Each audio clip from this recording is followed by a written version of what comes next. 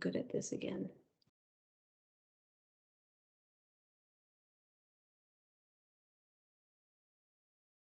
Okay, I don't think you can see me yet. Oh, okay, let's try that again. Share.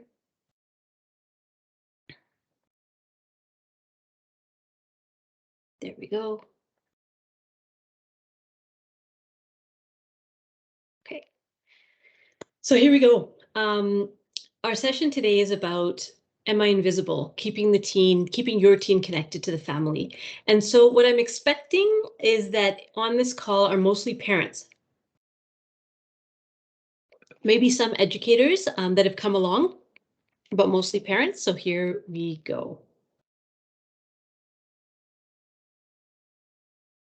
So our plan, I like to always set up kind of an idea for you of what the plan is, so that you know kind of how the day is supposed to go or how the hour is supposed to go. And so we'll start with the context, and there I'll talk a little bit about like the philosophical background to this type of or the ideas in this presentation.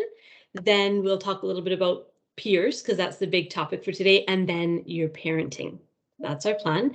And as we're going along, you'll see in the bottom left corner here, a little head with some words in it, and that'll just help you know where we are in the presentation, just in case, because I know sometimes I get so into it, I'm like, what were we talking about again? And then for you, you'll remember. So we didn't really get a chance to talk to you about who I am. So you might have been here on the last session, but if you weren't, just to kind of give you a background professionally, I'm a psychotherapist in private practice, and I have a PhD in transpersonal psychology. So transpersonal psychology works with, the regular psychology anybody else would think about is psychology, but also expanding beyond that. So going into things like non-ordinary experiences or dreams or positive psychology or spiritual search, these different kind of other things that are also extensions of psychology. So that's my training. The philosophical background that I want to address with us today, there's kind of two streams of thought that have informed this presentation and the last one and the next one. So the first is attachment. And so attachment theory basically looks at the bonding that you have with your child and within families. And the idea in attachment theory is the most important thing is the bonding. So there's all sorts of, permutations and combinations of families, of how they can function, the strategies and techniques that they might use to parent. But more important than any of that is the bond, especially between co-parents, if there's two parents. That bond is very important, and also the bond with the parents and the children are very, very important. If there's separation, if there's not two parents living in the home, but they're both alive, then that bond, as amicable as possible of a bond between the parents, whether they're living together or not. So attachment really looks at how do we connect to each other, and then what does that do for our self-esteem, for the choices that we make, and for the way that we develop. So that's attachment theory. Family systems is the second kind of influence. And what I like about family systems is a lot of psychology is very kind of individualistic, right? It's like it's about you and your thoughts and your beliefs. But when we're living in families, like it's not just about you, right? There are other people that must be considered when we're in a family. And so in family systems, specifically Bowen family systems, what they talk about is the family is kind of like a network or a web. And when one part of the family is changing or growing, it affects everybody else in the family. And that's actually great news, because what that means is anybody in the system can decide to make a shift, and the whole system will respond to that shift. Right? Which can sometimes be difficult, because one person changes and the whole system changes. So that's kind of the family systems perspective and attachment. So those two together are going to kind of inform what we're doing. I feel like somebody might have their mic on. So if you have your mic on, it might be Tammy, but it might be someone else. If you could please just turn your mic off, because there's a little bit of background feedback. Okay, here we go. So I want to start, like I did in the last session, with this idea of exploring the narrative. What is it that we tell ourselves, and what is it that we're told about the teenage years, right? So most of us think the teenage years, adolescence, is actually a stage of life, right? Like a phase of life that you go through. But in traditional societies, actually that wasn't a thing. There was childhood, and then there was adulthood. And there was a transition between childhood and adulthood. And that transition was very closely guided by trusted adults, right? So that movement from childhood and that initiation into adulthood happened very thoughtfully and strategically, and there were certain expectations. So if you're no longer a child, basically we're preparing you to be an adult. And so I have the picture here of these two huts. And so one of the things that kind of a reframe that I would challenge you to kind of, internalize today is what if the teenage years are actually about our child learning to build their own hut, right? So here's our hut, and we've built the hut, and they've been living in the hut.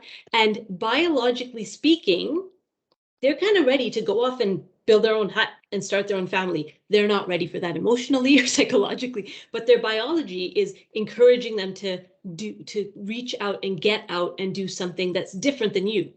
It's just biology. It's how nature intended us to live in the original societies that we lived in. So, but things have changed. We can't let a 13-year-old go build their own hut and start their own family. It's not realistic. And so we have to kind of adapt that to what's happening now.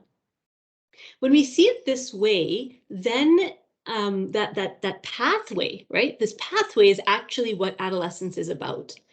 Here's our hut, here's our rules, our home, our values, the way we've done things, that our child has stayed and grown here. And we walk with them down the path and help them build their own hut. We help them build their own hut. Okay, so I wanted to just put that on the table right up front, that the adolescence is actually a biological change in the human organism, and we don't have the mechanisms in this particular culture to address that, right? To address the fact that they're not a child, but they're also not an adult yet. And so that's hopefully what we'll be able to shed a little bit more light on today. Oh, somebody's unmuted. Can you just check and make sure you're not unmuted? That would be great. Okay. So actually, I'm going to take a pause here for a moment and see if there are. Can you see me still? Maybe not. See if there are any questions about that. I'm just going to stop sharing for a second. So type in the chat. I can see the chat. Type in the chat if you have any questions about that perspective of our hut to their new hut, and that responsibility to walk them down the path. Any questions about that way of conceptualizing adolescence? It's very different. Like when I first kind of started learning about teenagers many years ago, that was a new way of thinking about it, that, oh, wait a minute, it's not like this is a separate stage. So yeah, some people are saying that they like the concept. What's nice about thinking about it this way is that you remember that it's nature's way of putting them into the world, right? And there are some difficulties in that process, and we'll talk about some of those difficulties and how to navigate them, but it is natural for a lot of the things that our child is experiencing in the teenage years. A lot of it is very natural. And so let's go back to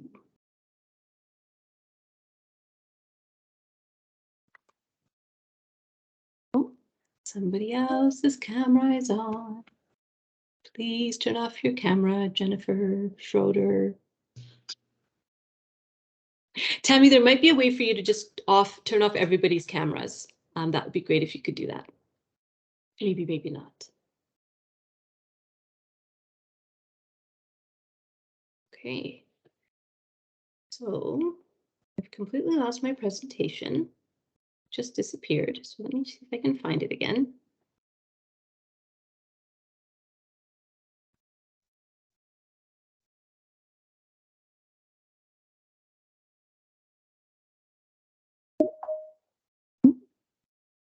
That's not what. Okay. So I'm not. Are you looking at all my downloads right now? That is not what you were supposed to be looking at. Sorry, everyone. I might have to not do this again so that we don't. Oh, here we go. Perfect. Okay. Okay, so that's probably the last time I'm going to try to look at the chat. Look at the chat. I'll have Tammy kind of monitor it for me and just let me know if there are things coming through. Just interrupt me, Tammy, if there's things coming through. I'll also pause. Okay, so what is the goal? Like, what is actually the point of this change that happens from childhood into adulthood? What is nature really trying to achieve? So there's two main goals that whether we like it or not, whether we know it or not, that our teenagers are experiencing during this period of their life. So, and one of the problems is that those goals are kind of, they're not necessarily complementary. So one of them is for them to fit into society, right? For them to be fit, be good citizens in the world. And then the other goal is that they should know themselves. And so, those are two different directions that we're going. On one hand, we want to fit in, but on the other hand, we want to be individuals. And this is just something that happens to teenagers. They don't choose it. These are some changes that our teens will experience as they go through those years of adolescence. So the first thing is this real desire to belong. Now, belonging, I want to belong is something that we have from the moment that we're born into a family, because belonging means you stay alive, right? When we lived in the jungles and there were tigers, if you were alone as a baby, you will get eaten by the tiger. Right? So it's a natural impulse for us to want to belong and into our families, into our communities. It's really healthy and it's really natural. So it's a continuation of what they had in childhood. However, where they want to belong now is changing. So it's not just that I want to necessarily belong in my family group, but there's also belonging in other spaces. And so this new urge and impulse comes to belong not just in my hut, but also with the larger community that's outside of my hut. This is something new. The second thing that happens in the brain of the teenager is that they become important to themselves. And they actually become the most important thing in their own life. So what we call this is self-reflectiveness. At adolescence is the first time that a child can understand, like observe themselves, see themselves from the outside. They can't do this at 6 and 7 and 9. They can't actually look at themselves and understand how they're seen from the outside. They can't do it. Oh, somebody's mic is on. Can you please just double check that your mic is not on? They become, and because they become important to themselves, but they become the most important to themselves. And so they spend a lot of time thinking about themselves. And for some adolescents, probably a good handful, that's literal. Like they'll actually be looking in the mirror at themselves for long periods of time, because they've never seen themselves in this way before. They've never had these kind of doubts or questions about certain elements of their physical appearance, certain elements of their personality, certain emotions that they're having. They've never questioned, is this okay? As a child, you don't really do that. You just kind of go along with it. But now they're starting to question, am I okay? Am I enough? And I'm important, but am I important to anyone else? These are the new thoughts that are coming in for our teenagers. The other change that's really powerful for the teenage brain is being able to hypothesize what other people are thinking and feeling about me. So it's similar to this one, I become the most important to me, but I can now, for the first time ever, get inside the mind of my parents, or get inside the mind of my teachers, or get inside the mind of my neighbor. First time. Until the teenage years, children are completely they only can have really one perspective. They can try, like say, for example, if you're sad, they might say, oh, mommy, why are you sad, right? But they're doing that because it upsets them to see you sad. Not because they're actually genuinely concerned about your sadness. When they're little, that's the motivator, is so that they feel better because they feel worried if you're not okay. However, with the teenagers, they actually care now about other people's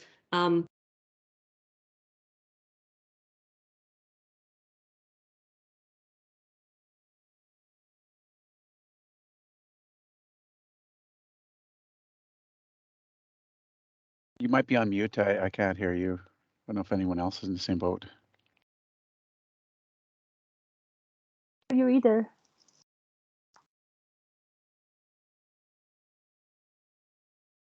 Just the last 10 seconds.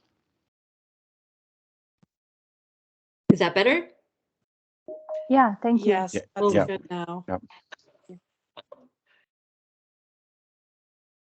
Thanks for that. So what was the last thing you heard me say? Anybody?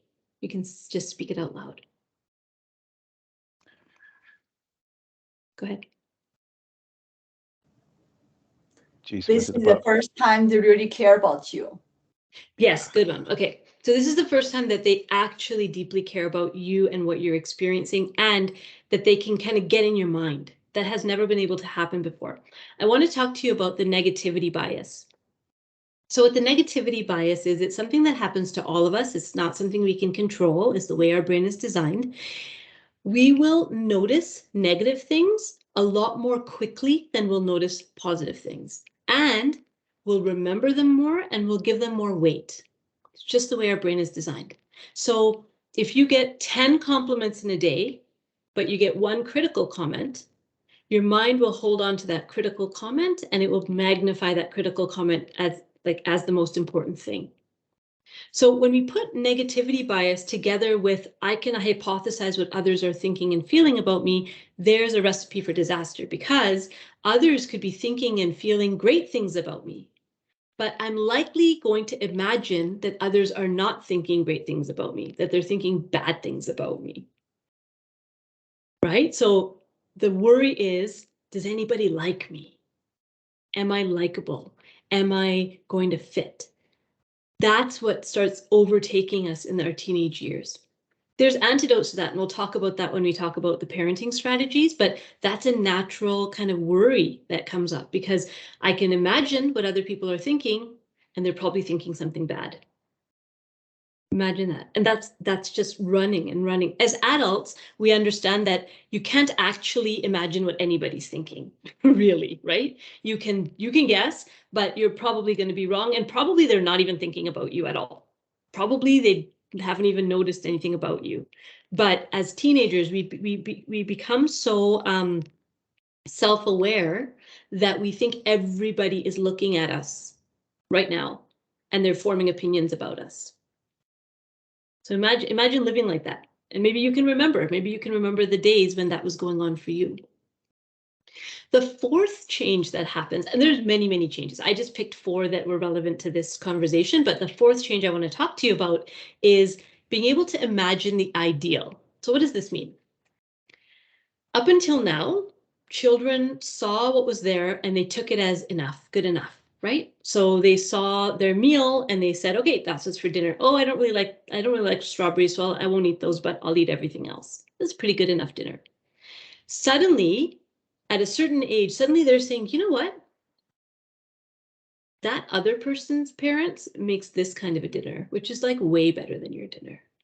Suddenly, they're starting to not see you as everything and perfect, but as not reaching the ideal of what could be.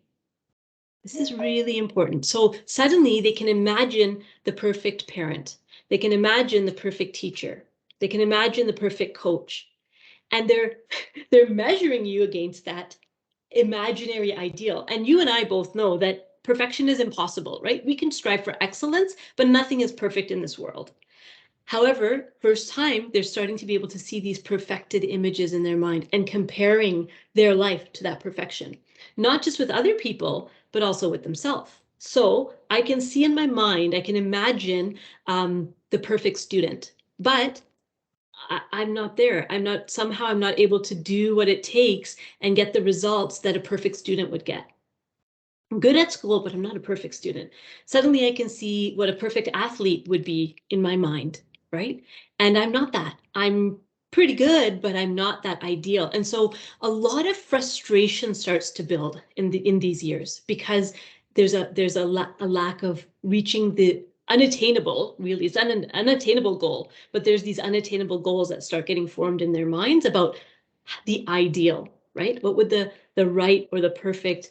And so some teenagers can actually get very controlling at this age where about certain things because they feel a lot of it is feeling not in control, right? So feeling like there's all of these things happening in my life and none of them look the way I wish they would look. And so I remember myself when I was a teenager, I got really, really finicky about organizing my socks. Like it was a thing. Like I had to fold them all the same way. I had to line them up in color code. And when my friends would come over, I would open the drawer and show them my sock. I was so proud of it, right? And so what that was an attempt at control, right? Because you feel so out of control as a teenager. And it's not necessarily because anything was going on in my home or anything like that. I mean, there was stuff, but it wasn't to the point where, you know, it was like obsessive or something like that. It's just finding things they can control because they can't get to the ideal and nobody around them seems to be getting to the ideal. Okay, so those are some of the 4 different places that we can change. So I'm going to pause here and pass it over to you, Tammy, to see if there's any questions or comments in the chat about this part.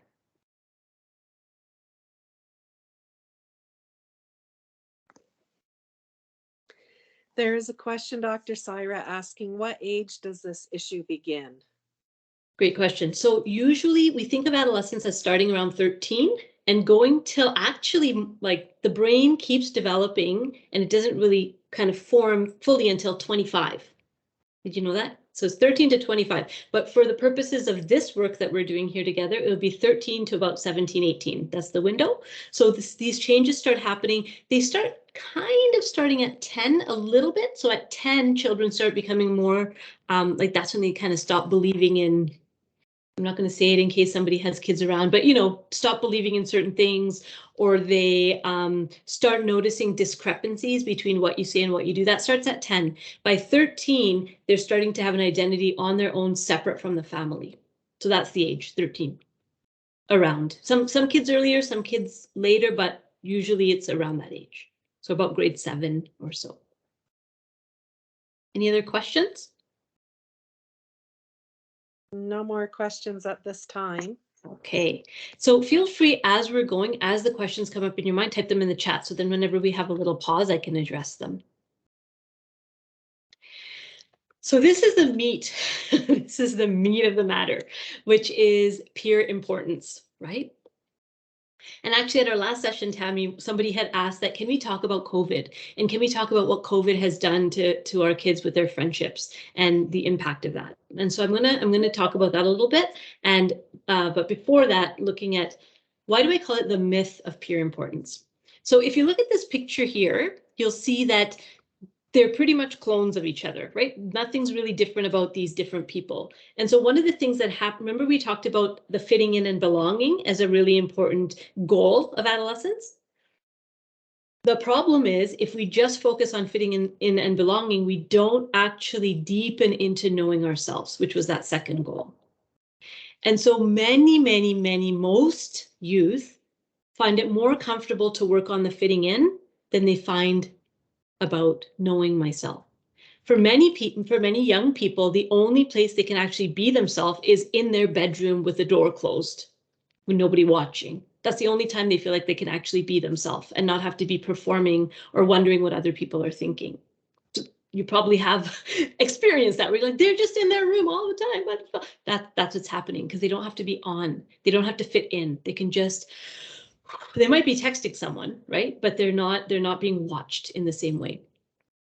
So not to say your kid should be in their room all day, every day. Like there's limits and boundaries, and we'll talk about that, but that's one of the reasons that it happens. So in the culture that we live in, we've kind of forgotten, unfortunately, that only adults can build adults.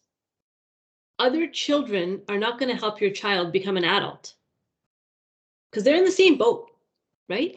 And in this book, Hold On to Your Kids by Dr. Gordon Neufeld, it's Hold On to Your Kids, Why Parents Need to Matter More Than Peers. He talks about what's happened in our particular culture here is something called peer orientation. So what that means is we actually look to our own peer group for answers and information rather than what's happened for thousands of years to look to the generation up, to look to our elders, those who have more experience for guidance and direction. And a great place to, I'm going through this right now with my sister. She just had triplets. And it's been wild, but she listens to me, her peer, more about parenting than she'll listen to my mom, because she's like, well, you kind of screwed us up, mama. I mean, not really, but you know, like the advice, she's more willing to hear it from me than she is from her elder. And that's just somehow how we've landed in this particular culture. And the problem with that is the people at your level can't tell you about the next stage. Right? Only the people at the next stage can tell you about that stage. And so when we're talking about that path, it can't be other kids helping our kids build their hut. Because what kind of hut would that be? It has to be adults. And so because we have so much peer orientation, from a very young age, we start focusing on our children need to have peers. Our children need to be around other kids. They need play dates. Oh my goodness. And that's the big COVID problem, is they haven't been around their friends, and oh my goodness. But here's the thing I want to tell you, that you may or may not have already learned and understood and figured out on your own. True friendship, real friendship, only develops at a certain stage in life when we're developmentally ready to put someone else before ourselves. To make somebody else's needs and wants and desires and vision as important, or sometimes more important, than our own. True friendship is there's no competition. There's no jealousy and infighting. There's actually support. There's connection. There's unconditional, there's the willingness to call you out when when you're off track, right? The willingness to actually have difficult conversations. That's friendship. Children and adolescents don't have the brain capacity or the emotional capacity to have those kinds of relationships, because they're very self-absorbed. Remember, they're just, I'm the most important person to me. So what's happening in childhood and adolescence is more like playmates or buddies rather than friends, the way we define friends as adults. Two kids, like if you think about little kids, you know, 2 3-year-olds on the playground, you want to play? Okay, you want to be my friend? Okay, and it starts like that. That's not a friend, that's a playmate, right? And that just continues into adolescence. So we think that, oh my goodness, they're missing out on friendship, but it's not actually friendship, it's companionship. It's play dates, more grown up, right? And that's something I don't think that we've actually spoken in our culture, that what is friendship? Like, what really is friendship?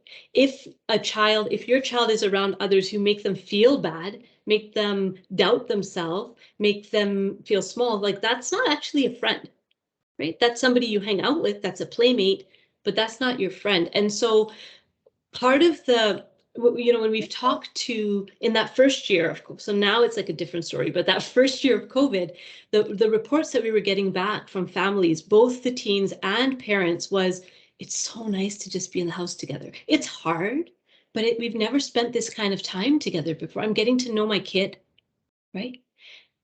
It's like it shifted us from looking out there in the world to say, how can I fit out there, to say, like, what's actually going on in here within within my bubble and my little 4 walls, what's happening, and how do I put my focus and my attention here? And that's actually what is needed for optimal development of the brains and bodies of our children, is that they need our attention to be here, and they need to have like a safe space where they can just be themselves. That's not just their bedroom, right? That includes the living room, that includes the kitchen, that includes the basement or whatever, that the whole home becomes a safe zone for them. That's what the power of the family is. But if we're fixated on them having friends, then their attention will also go there, and having friends will become the most important thing.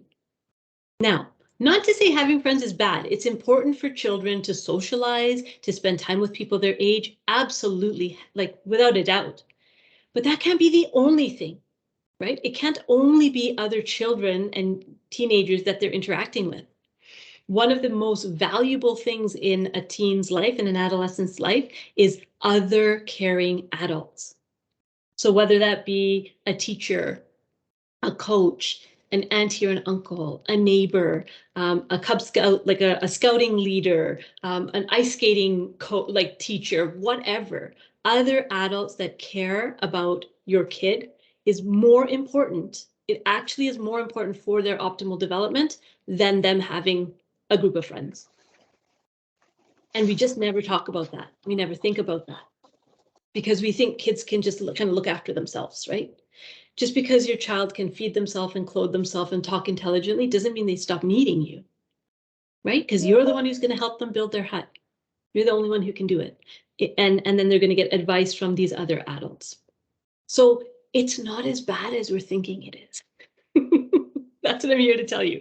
It feels bad to them. It feels devastating to them if they're focused on the fitting in, right? If they're focused on the belonging and that's their main objective instead of the getting to know themselves, then it's devastating to not have anywhere to fit into. But this is an opportunity for us to help remind our kids of that balance, right? That yes, fitting in, social support, that's really important. And do you know who you are before you get there? Because if you don't know who you are yet, you're just going to blend into whatever's happening over here, right? You're not going to be grounded in your own self, in your own values, in your own decision making. You're more likely to be pressured by the group to do things that are out of alignment with who you are. And so it's okay that our kids aren't around other kids as much. It's okay for their emotional well-being. It's not as bad as we're all like worried that it'll be, and based on the research. So that's that. Okay, so, before I go to parenting styles, let me pause there again and see if there's any questions, because that's kind of a big, kind of a different way, right? Different way of kind of conceptualizing friendship that might be really new for you. So any questions or thoughts around that particular idea? There are a couple of questions, but I believe they're related to the previous discussion. Yeah, so let's do that. One of them is asking, is it a good or bad idea to tell your teen that you have been their age and compare their struggles? What a good question. I'm so glad you asked that question. So it's how you do it. Let me explain.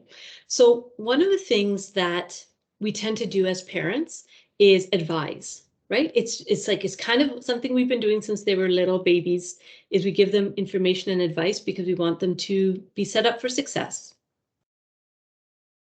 If you can share it in a way that highlights what you struggled with and don't try to make a parable from your story, then it's absolutely helpful to share. So let me give you an example. Okay, so you might say something like, say your daughter is having a hard time fitting in with her friend group and there's like this mean girl stuff going on, okay? So you might say, you know, when I was 14, I experienced that too. And it was really hard. It was so hard for me to get through it. What are some of your ideas on how you might get through this? And you get them to speak. Rather than, and I'll talk about this later in our presentation about why we do it that way. Because many of us grew up hearing, you know, when I was your age, things were so hard, blah, blah, blah, lecture. And what do? You just shut down because you're like, oh, here's my mom going on another lecture, right? Here she goes. And they don't hear you. So it's really supportive for you to relate to them in that way, but how you do it. It should not be a parable or a life lesson or a lecture, just an honest sharing about your experiences. And if they ask you, you share how you dealt with it. Don't offer it until they ask you. What that allows is them to do some problem solving and them to feel that that's one of the ways we teach our kids that they belong to us. Our children are looking for similarities with us since they're born. So we'll say things like, oh, you have my eyes, or you have my sense of humor, right? We just do this naturally. And that creates that sense of belonging in a family. And so this kind of conversation could create that sense of belonging as long as it's not about lecturing and making a parable, right? As long as it's actually about, I feel that too. I felt that too, and it was hard for me too. And then if they ask you, how did you get through it? Then you'll offer. But if they don't ask you, then you can get them to start opening up about what their thoughts are about what they're going through. Great question. Thank you. What's the next one? How can parental fighting affect the change process? Oh, what a great, thank you for these really thoughtful questions. So parental fighting, the problem with parental fighting, oh, and people fight, right? Like when you're in a long-term committed relationship, there are going to be arguments. That is natural. The problem is if the parents are not a team, then the child is torn. Because children want both their parents. Even if one of them is a jerk, on some level, they want both their parents and they want their parents to get along. And so when there's constant fighting and tension, the child unfortunately has to pick a side. And they will. And they might do it consciously or unconsciously. They might tell you or they might not tell you, but it will happen because now there's two teams instead of one team. When there's two teams, now there's, I'm going to pick mom's side, but I feel guilty that I didn't pick dad's side, or vice versa. Right? In a heterosexual, like whatever the two parents, I picked this parent side and not that parent side. And now I'm split. So it does affect our children. However, there's an opportunity in the fight to demonstrate to your children what repairing a rupture looks like, right? So you can fight. It's not that you shouldn't ever fight, because they need to see what a healthy argument looks like. And they also need to see how you close it, right? How you heal it, how you come back together and make it right with each other. If it's ongoing, like there's just an ongoing conflict that's constant, then one of the parents has to decide to let go of the rope. When two people are pulling a tug of war rope back and forth, somebody has to just decide to put the rope down and say, you know, like, this is what it is. And I'm not going to engage in this back and forth with you anymore because it's hard on you, right? So, and it's hard on them. It's hard on the whole family when parents are constantly fighting. And if you're living in the same household, get some help. Get some help like sooner than later. Most couples don't come to counseling until 6 years after the problems have started. 6 years. So by the time they show up to our offices, it's too late because it's a last ditch effort to save things. So in those early days when there's tension and there's problems with communication, reach out and get support. That's what I would say about that one. Any others, Tammy? I don't see any others at this time. Okay. So I want to talk to you for a bit about parenting styles. So Dr. Barbara Coloroso came up with this language around parenting styles. She says that there's 3 types of families. There are brick wall families, there are jellyfish families, and there's backbone families. So let me explain what each of those is. You might already kind of get a sense as you see these images. So a brick wall family is one in which there's a very clear head of household. There are very strict rules. Rules cannot be broken. And if you don't like it, too bad. Because if you're living under my, you know it. If you're living under my roof, these are the rules, right? That's the brick wall family. The children don't have a voice in brick wall family. And sometimes one of the parents might not even have a voice. It's a very, very tight ship. And there's not a lot of room for deviance. So if you don't like what's happening in the brick wall families create really, really strong, occasionally rebels, right? Rebels, kids will push against this because they're trying to become their own people. And when you do it like that, there's no room for them to breathe. That's the brick wall family. And so it can be very, it can shut kids down, or it can create rebellion in kids, the brick wall family. The other thing that brick wall families pump out are people pleasers, right? So kids who grow up to be adults who never know how to say no. They always put their needs last. They're always burnt out because they're doing things for everyone else all the time because they just have never learned how to say no because it was always somebody else's needs that were more important than theirs. That's the brick wall family. Jellyfish family is like, everything goes, do what you want. I'm such a cool mom. I'm going to do this with you and that, like, that's the jellyfish family. And the problem so a lot of people who were parented by brick wall parents will then parent as jellyfish parents. Not everybody, but quite a significant number of adults will. And the reason for that is you're saying, I don't want to put my kids through what I went through. And so there's kind of no rules. Now, the problem with that is that there's no clear leadership in the family, right? The family's not moving in a particular direction and there's no structure. And children need structure. People need structure, right? You need structure. I need structure. That there's a importance to having rhythms in our day. That's an important thing. And when we don't have rhythms in our day, I mean, unless you're on vacation, which is like on purpose, if you don't have rhythms in your day, people kind of get into a funk where there's like, they just don't know what's happening next or what the structure is. So jellyfish families could create a lot of insecurity in children because nobody's stepping up to be the leader, and the adults are not stepping up to be the leader, and they're kind of letting the kids do what they want. So that's the second kind of family. Then there's the backbone family, which we're all trying to strive to be. The backbone family has the structure, but it also has flexibility. So in backbone families, there's things like a family meeting, right? Where the children actually have a voice at the table. And maybe their voice, maybe their vote isn't as weighty, it doesn't weigh as much as the parents' vote, that's okay. But you do take into consideration their perspectives. You are willing to do things a little bit differently once in a while. So an example is like late nights, right? Like if you think about if you might have a bedtime. It's harder when they're teenagers to have a real bedtime, but there might be, some flexibility around where you're just a couple of nights, you're just like, you know what, just stay up till whenever you want and go to sleep whenever you want. Once in a blue moon, you'd be willing to have a little bit of flexibility. Or, yeah, you know what, we're gonna take this day. I know Saturday is our grocery shopping day, but it's been a really rough week, and let's just all go to a movie today instead of the grocery shopping, and we'll figure that out tomorrow, right? So not being so rigid in our structures and our rhythms, but having that flexibility. In backbone families, children learn how to say yes, and they learn how to say no. They learn how to repair. See, in a brick wall family, you can't make any mistakes, because if you make a mistake, you will never be allowed to forget that mistake, and you probably won't be forgiven. In jellyfish family, nobody's actually calling it a mistake, so you don't actually know when you've done something wrong. In a backbone family, you can make mistakes, and those are used as teaching opportunities. They're used as learning opportunities. You ask your kids, what did you learn from that? What would you maybe do differently next time based on the experience that you had?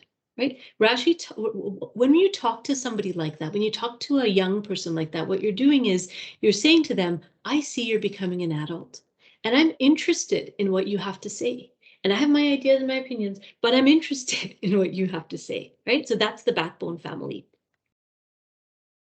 So think about your parenting style. Okay, so which of the three are you more connected to? Is brick wall kind of your go-to, more jellyfish, or the backbone? And sometimes we'll actually go to one of these when we're under stress. So we might generally be a backbone family, but when things get stressful, suddenly you find yourself becoming a brick wall and trying to act like a brick wall family or a brick wall parent, and it doesn't work because your kids are like, what's happening? That's not how we do things. Or the opposite, where there's generally a backbone family and something happens and suddenly I know that when my stepdad died a couple of years ago, we were just a jellyfish family. Like the kids came, so we live in the mountains by Shuswap Lake in the Okanagan, and I mean, my family lives here in Calgary, and so we had come to Calgary, and there was no, we basically woke up every morning, went to the hospital. The kids ate whatever was in the cafeteria. I don't know what time they went to bed. I don't even know if they showered. I have no idea what was happening. It was just all over the place because there was this crisis in the family, right? Luckily, other people in the family started stepping in, like my brother and my mom. They're like, okay, let's take the kids and do this. And so they stepped in with us so that we could manage the crisis. So sometimes that will happen, but the majority, they know that the normal is usually the backbone. So I want to play a little game with you here. And this is the part that I wish the chat was working. So Tammy, I might ask you to read out the chat to me again, because this is kind of the interactive part of our session today. So what I'd like you to think about now is not how you are as a parent or a caregiver, but how you were raised. So how you were parented. And I'll tell you why. Most of us are parenting in response to how we were parented. So what do I mean by that? You may say, you know what? I think my parents did a pretty good job, and you just kind of keep doing what they did. You're like, they did a pretty good job. I want to be like them. Or you might say, there's some things I really would never do and I don't want to do, and I'm going to do it different than the opposite of them, right? Now, the problem with this is that there's this whole other realm of how you might be parenting that you don't even see because you're just responding to the way that you were parented, right? And so this helps us kind of soften and think outside the box around all the different ways that we might handle a situation rather than how did my parents do it versus how do I not want to do it because my parents did it that way? And a lot of this is very unconscious, right? It's not like you deliberately do that. I know that when I'm kind of really, really ramped up, I can hear my mother's voice coming out of my mouth, right? Like, and like one of the things that she would always do is ask questions that weren't really questions, right? Like, what are you doing still watching TV? That's not a question, right? What she's saying is get off the couch. That's what the communication is. But she'll say, what are you doing watching TV? And I heard myself doing that a couple of times. It's like, oh yeah, I see what I'm doing. I'm being like mom. And so changing the language, because I know how that landed on me. It didn't land, right? It didn't build a bond. It actually created eye rolls. There's a lot of eye rolls for me growing. I did a lot of eye rolling. You probably have some, for those who have teenage daughters, you're probably very familiar with the eye roll. So let's talk about these different parenting styles. Now, this isn't my idea. This idea came from my students. So I teach in the counseling therapist program at a college in BC, and our students had the assignment of running a group. So they had to actually act as if we were like a group that was coming and they were the facilitators, and they took us through a day, what a day would look like with the group. And so this particular pair was running a parenting group. And so they had these little video clips of these different characters. And then they had kind of a group discussion about parenting, who raised us and how that influences how we are with our kids. It was just brilliant. So I asked them if I could steal their idea, and they said yes. So instead of making the videos, I just put these little pictures in the interest of time. And so let's go through them. So here's Baloo. Baloo, if you feel like typing in the chat, you can. If you have some words that would describe Baloo, what are some of the words that you might use to describe him? So you might say things like, I don't know, I'll give you a second to think about. He was from the Jungle Book. Do you remember him? What are some words? Anything coming in the chat, Tammy? Not yet. Not yet. Okay, so I'll let you think about that. I will give you some words. Carefree, easygoing, flexible, lighthearted, humorous, that kind of parent. And also protective, right? I don't know if you remember that he was willing to give his life at the end of the movie for Mowgli. So kind of easygoing, but when the rubber hit the road, really showed up and stepped in. So that's a Baloo type of parent. Then there's Cinderella's stepmother, right? More scary and mean and kind of like enjoy, like kind of has an agenda, right? Wants her agenda fulfilled a certain way, manipulative, and just kind of cold, very distant and cold. That's another kind of parent that you might be, or that your parents might have been. And this isn't exhaustive, this isn't every kind of parent, but it's just kind of a handful of the most common ones. Then there's Mufasa, right? And Mufasa from The Lion King was about strength and about connection, about the bond. My kids, the other day we were in the car and my husband and I were in the front, the kids were in the back, and they were talking to each other. They weren't talking to us. So I have a 13-year-old and a 9-year-old. And so they were chatting and they said, you know, you're really in trouble when your mom says, I'm not mad, I'm just disappointed. I expected better from you. And the two of us in the front were just like, they know us so well. That's like the Mufasa parenting, right? That like, you've disappointed me. It's not about what you did. It's about the bond and the trust that you broke, right? And so that's that kind of parenting where you're actually looking at the relationship and the bond more than the punishment and things like that. It's about coming back to the bond. Then there's this mom. You may or may not know her. She's from a newer Disney movie, and she is the mom of Rapunzel in the movie Tangled. And she is very, what she did basically was that she taught her child that the world is a terrifying place and the only person she can trust is her mom. And so she created this like fearfulness in her child to protect her, but really it kept her small. And this particular character was very manipulative. She used her children to get the things that she needed. So she didn't have kind of a life on her own. Her whole life was about her kids. And she would get inside your head. Like make you start doubting what you believe to be true, make you start doubting your own gut feeling and thinking, oh, mother knows best. There's a whole song, Mother Knows Best, right? And that was her kind of approach to parenting.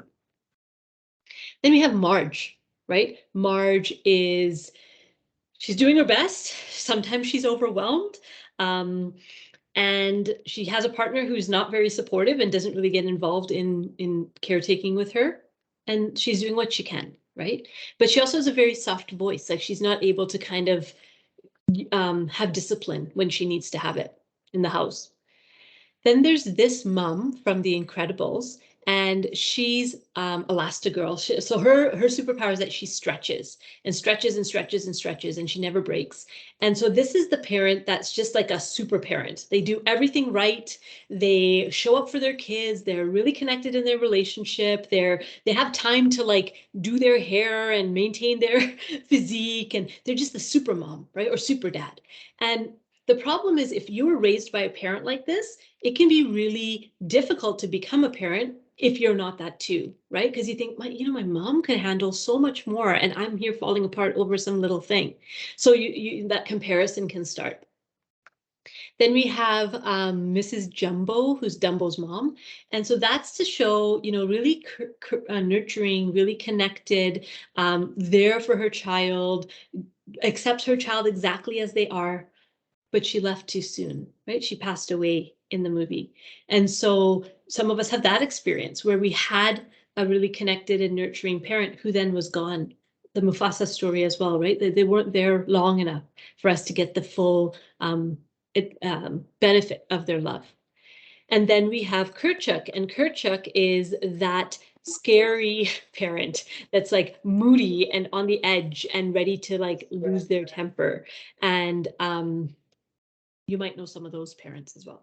So just think about your own, how you were parented, and see what insights might come from that.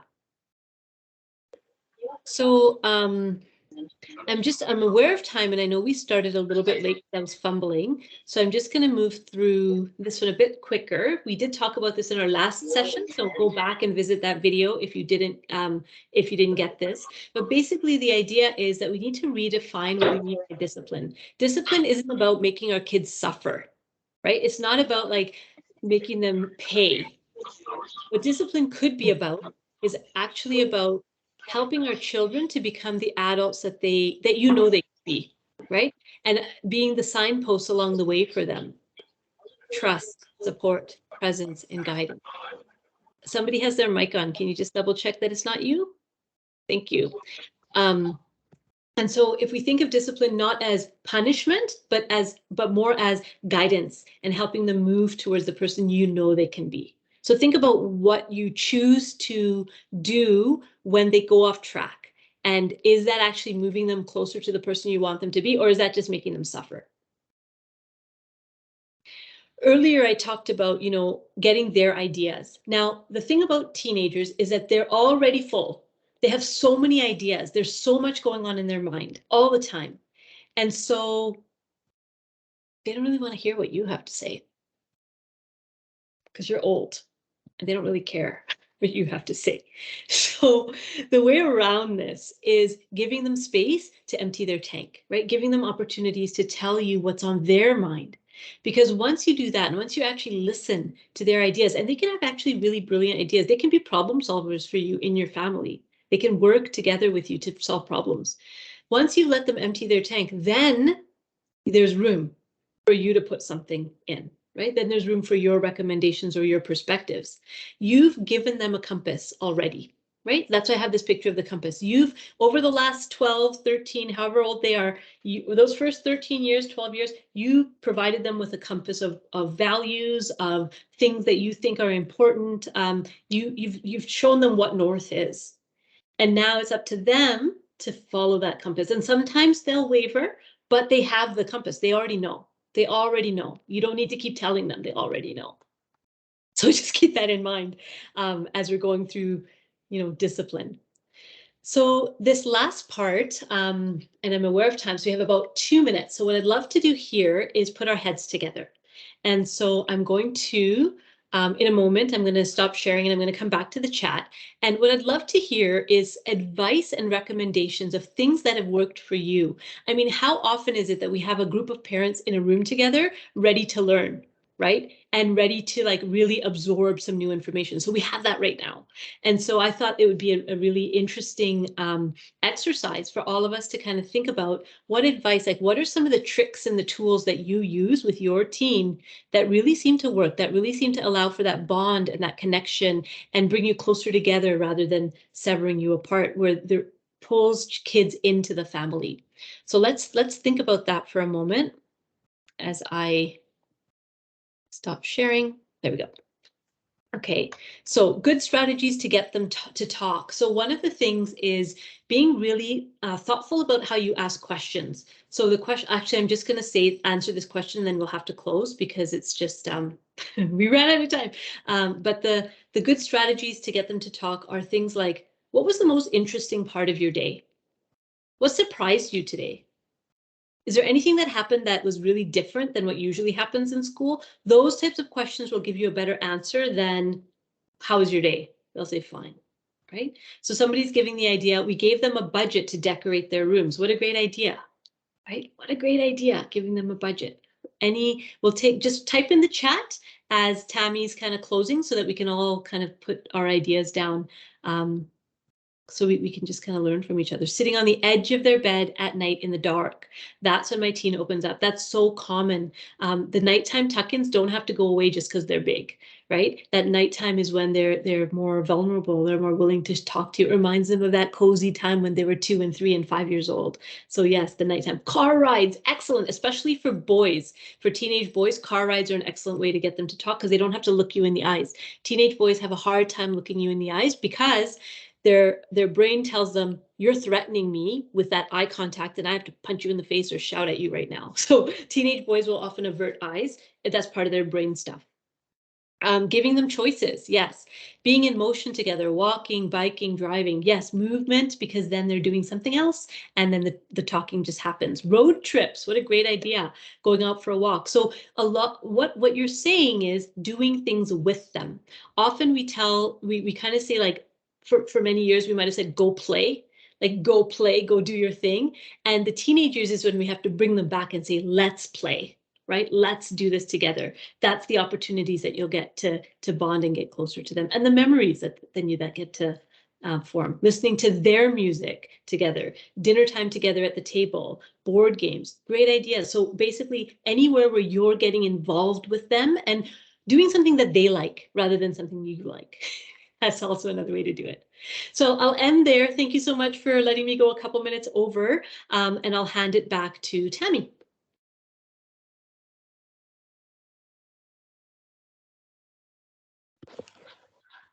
Thank you so much, Dr. Syra. We really appreciate you and already looking forward to our next session, session number 3, which is about, just remind me. It's about if your teenager's really ambitious, they have really high goals, how do you keep them balanced if they're just a go, high ambitious child? Right. We have a lot of those at William Aberhart, I'm sure at the other schools as well. So thank you everyone for coming out. Remember that we will have the recording posted tomorrow that you can share with other friends and family. And we look forward to seeing you back here in June for the final session. Thanks everyone. Bye. Good night. Where will it be posted, Tammy? It will be posted on our respective school websites. Got it. Okay, yeah, lots of people. Where would we find them? So the school website. Thank you everyone for your enthusiasm, your engagement, and hopefully we'll see you in June. Bye. Thank you. Good night.